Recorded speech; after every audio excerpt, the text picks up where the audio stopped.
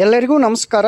ಇವತ್ತಿನ ಸೆಷನ್ನಲ್ಲಿ KSET exam ರಿಸಲ್ಟ್ಸನ್ನು ನೋಡಿದರೆ ನೀವು. ಓಕೆ, ಪ್ರೊವಿಜ್ನಲ್ ರಿಸಲ್ಟ್ಸ್ ಅದ. ಓಕೆ, ಆ್ಯಕ್ಚುಲಿ ಪ್ರೊವಿಜ್ನಲ್ ರಿಸಲ್ಟ್ಸಲ್ಲಿ ಏನಾದರೂ ನಿಮ್ಮದು ಕ್ವರೀಸ್ ಇದ್ದರೆ, ಡೌಟ್ಸ್ ಇದ್ದರೆ, ಸೊ ನೀವು ಅದನ್ನ ಅಬ್ಜೆಕ್ಷನನ್ನು ಸಲ್ಲಿಸಬಹುದು. ಓಕೆ, ಸೊ ಆ ಒಂದು ಅವಕಾಶವನ್ನು ಕೆ ಎದವರ ಮಾಡಿಕೊಟ್ಟಿದ್ದಾರೆ, Karnataka examination authority. Okay, so ನೀವು ಯಾವ ಥರ ಅಬ್ಜೆಕ್ಷನನ್ನು ಸಲ್ಲಿಸಬೇಕಂದ್ರೆ, ಸೊ ಇಲ್ಲಿ ನೀವು ನೋಡ್ಬೋದು. ಫಸ್ಟಿಗೆ ಕೆ ಎ ವೆಬ್ಸೈಟ್ಗೆ ಹೋಗ್ರಿ. ಸೊ ಅಲ್ಲಿ ಒಂದು ಲಿಂಕ್ ಇದೆ ನೋಡಿರಿ. ಸೊ ಅಬ್ಜೆಕ್ಷನ್ ಲಿಂಕ್ ಅಂತೇಳಿ, ಸೊ ಅಲ್ಲಿ ಕ್ಲಿಕ್ ಮಾಡಿದ ನಂತರ ಸೊ ಈ ಥರ ಒಂದು ಮೆನು ಡಿಸ್ಪ್ಲೇ ಆಗುತ್ತೆ. ಓಕೆ, ಸೊ ಈ ಮೆನು ಏನಿದೆಯಲ್ಲ, ಈ ಒಂದು ಲಿಂಕನ್ನು ಕೂಡ ನಾನು ಈ ಒಂದು ವಿಡಿಯೋದ ಡಿಸ್ಕ್ರಿಪ್ಷನ್ದಲ್ಲಿ ಕೊಟ್ಟಿದ್ದೀನಿ. ಸೊ ಅಲ್ಲಿ ಕೂಡ ನೀವು ಕ್ಲಿಕ್ ಮಾಡಿ ಡೈರೆಕ್ಟಾಗಿ ಅಬ್ಜೆಕ್ಷನನ್ನು ಸಲ್ಲಿಸ್ಬೋದು. ಇಲ್ಲಪ್ಪ ಅಂತಂದರೆ ಕೆ ವಿ ವೆಬ್ಸೈಟ್ಗೆ ಹೋಗ್ರಿ. ಸೊ ಅಲ್ಲಿಯೂ ಕೂಡ ಲಿಂಕ್ ಇದೆ.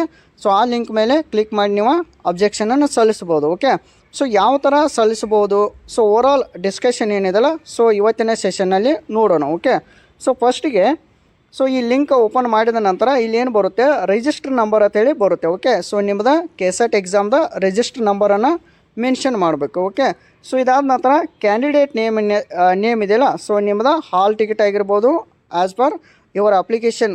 ಓಕೆ, ಅಪ್ಲಿಕೇಶನ್ ಏನು ಸಬ್ಮಿಟ್ ಮಾಡಿರ್ತಾರಲ್ಲ, ಸೊ ಅದರ ಪ್ರಕಾರ ಸೊ ಇಲ್ಲಿ ಕ್ಯಾಂಡಿಡೇಟ್ ನೇಮನ್ನು ಎಂಟ್ರಿ ಮಾಡಿರಿ. So next exam date ಅಂತಿದೆಯಲ್ಲ, so ಇಲ್ಲಿ ಸೆಲೆಕ್ಟ್ ಮಾಡಬೇಕು. 2/11/2025 ಅಂತಿದೆ. ಸೊ ಇದನ್ನು ಸೆಲೆಕ್ಟ್ ಮಾಡಿರಿ. ಸೊ ಇದಾದ ನಂತರ ಇಲ್ಲಿ ಪೇಪರ್, ಸಪೋಸ್ ನೀವು ಪೇಪರ್ 1 ಬಗ್ಗೆ ಅಬ್ಜೆಕ್ಷನ್ ಸಲ್ಲಿಸೋರು ಇದ್ದಾರೆ ಅಂದರೆ, ಸೊ ಏನು ಮಾಡಿರಿ, ಜನ್ರಲ್ ಪೇಪರ್ ಅಂತೇಳಿ ಸೆಲೆಕ್ಟ್ ಮಾಡಬೇಕು. ಓಕೆ, ಸೊ ನಿಮ್ಗೇನಾದರೂ ಜನ್ರಲ್ ಪೇಪರ್ದ ಕ್ವರೀಸ್ ಇದ್ದರೆ ಜನ್ರಲ್ ಪೇಪರ್ ಸೆಲೆಕ್ಟ್ ಮಾಡ್ಕೊರಿ. ಸೊ ಇದಾದ ನಂತರ ಸೊ ಇಲ್ಲಿ ಒಂದು ಕ್ವಶನ್ ಪೇಪರ್ ವರ್ಷನ್ ಕೋಡ್ ಅಂತಿದೆಯಲ್ಲ, ಪೇಪರ್ ಫಸ್ಟ್ದ, ಸೊ ಇಲ್ಲಿ ವರ್ಷನ್ ಕೋಡ ಕ್ಲಿಕ್ ಮಾಡಬೇಕು. ಓಕೆ, ಸಪೋಸ್ ನೀವು ಪೇಪರ್ 1 ಅಬ್ಜೆಕ್ಷನ್ ಸಲ್ಲಿಸೋರು ಇದ್ದರೆ ಅಂದರೆ ಯಾವ ವರ್ಷನ್ ಕೋಡ್ ಅನ್ನೋದು ಸೆಲೆಕ್ಟ್ ಮಾಡಬೇಕು. ಓಕೆ, ಸೊ ಇಲ್ಲಿ for example A1 B1 A1 A2 B1 B2 C1 C2 D1 D2 ಅಂತಿದೆ. ಓಕೆ, ಸೊ ನಿಮ್ಮದು ಯಾವುದು ವರ್ಷನ್ ಕೋಡ್ ಇರುತ್ತಲ್ಲ, ಸೊ ಅದನ್ನು ನೀವು ಸೆಲೆಕ್ಟ್ ಮಾಡಬೇಕು. ಓಕೆ, ಸಪೋಸ್ ಇನ್ ಕೇಸ್ ನೀವು ಏನಾದರೂ ಪೇಪರ್ 2ದಲ್ಲಿ ಏನಾದರೂ ಅಬ್ಜೆಕ್ಷನ್ ಇದ್ದರೆ, ಸೊ ಅದನ್ನು ಸಲ್ಲಿಸಬೇಕಾದ್ರೆ ಏನು ಮಾಡಬೇಕು, ಸೊ ಇಲ್ಲೇ ಕ್ಲಿಕ್ ಮಾಡಿರಿ. ನಿಮ್ಮ ಸಬ್ಜೆಕ್ಟ್ ಯಾವುದು ಇದೆಯಲ್ಲ, ಸೊ ಅದನ್ನು ಸೆಲೆಕ್ಟ್ ಮಾಡಬೇಕು. ಓಕೆ, ಸೊ ಇದಾದ ನಂತರ ಸೊ ಇಲ್ಲೂ ಕೂಡ question paper version code paper 2 ಅಂತಿದೆ. ಓಕೆ, ಸೊ ನಿಮ್ಮದು ಯಾವುದು ವರ್ಷನ್ ಕೋಡ್ ಇದೆಯಲ್ಲ, ಸೊ A1 ಆಗಿರ್ಬೋದು, B1 ಆಗಿರ್ಬೋದು, C1 ಆಗಿರ್ಬೋದು, ಹಾಗೂ D1 ಆಗಿರ್ಬೋದು. ಓಕೆ, ಸೊ ಇದನ್ನು ಸೆಲೆಕ್ಟ್ ಮಾಡಿ. ಸೊ ಇದನ್ನು ಸೆಲೆಕ್ಟ್ ಮಾಡಿದ ನಂತರ ಸೊ ಬ್ರೀಫಾಗಿ ಅಬ್ಜೆಕ್ಷನ್ ಬಗ್ಗೆ ಒಂದು ಸ್ವಲ್ಪ ಬ್ರೀಫಾಗಿ ಬರಿಬೇಕು. ಸೊ ಇದಾದ ನಂತರ ಸಪೋರ್ಟಿಂಗ್ ಡಾಕ್ಯುಮೆಂಟ್ಸ್ ಅಂತಿದೆ. ಓಕೆ, ಸೊ ಇದೇನಿದೆಯಲ್ಲ, ಸೊ ಇದು ಭಾಳ ಇಂಪಾರ್ಟೆಂಟ್ ರೀ. ಸಪೋರ್ಟಿಂಗ್ ಡಾಕ್ಯುಮೆಂಟ ಇಲ್ಲಿ PDF ಫೈಲ್ ಮಾಡಬೇಕು. ಸೊ ಪೇಪರ್ 1 ಬಗ್ಗೆ ಅಬ್ಜೆಕ್ಷನ್ ಸಲ್ಲಿಸೋರು ಇದ್ದರೆ ಪೇಪರ್ 1 ಹಾಕ್ರಿ. ಪೇಪರ್ 2 ಬಗ್ಗೆ ಅಬ್ಜೆಕ್ಷನ್ ಸಲ್ಲಿಸೋರು ಇದ್ದರೆ ಪೇಪರ್ 2 ಹಾಕ್ರಿ.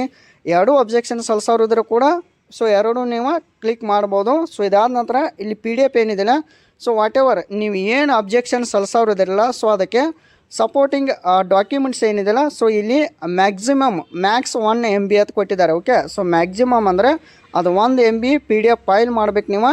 ಸೊ ಆ PDF ಫೈಲ್ ಇಲ್ಲಿ ಅಪ್ಲೋಡ್ ಮಾಡ್ಬೇಕು ನೋಡಿರಿ. ಎರಡು ಫೈಲ್ ಎತ್ತಿದಿಲ್ಲ, ಸೊ ಇಲ್ಲಿ ಅಪ್ಲೋಡ್ ಮಾಡಿರಿ.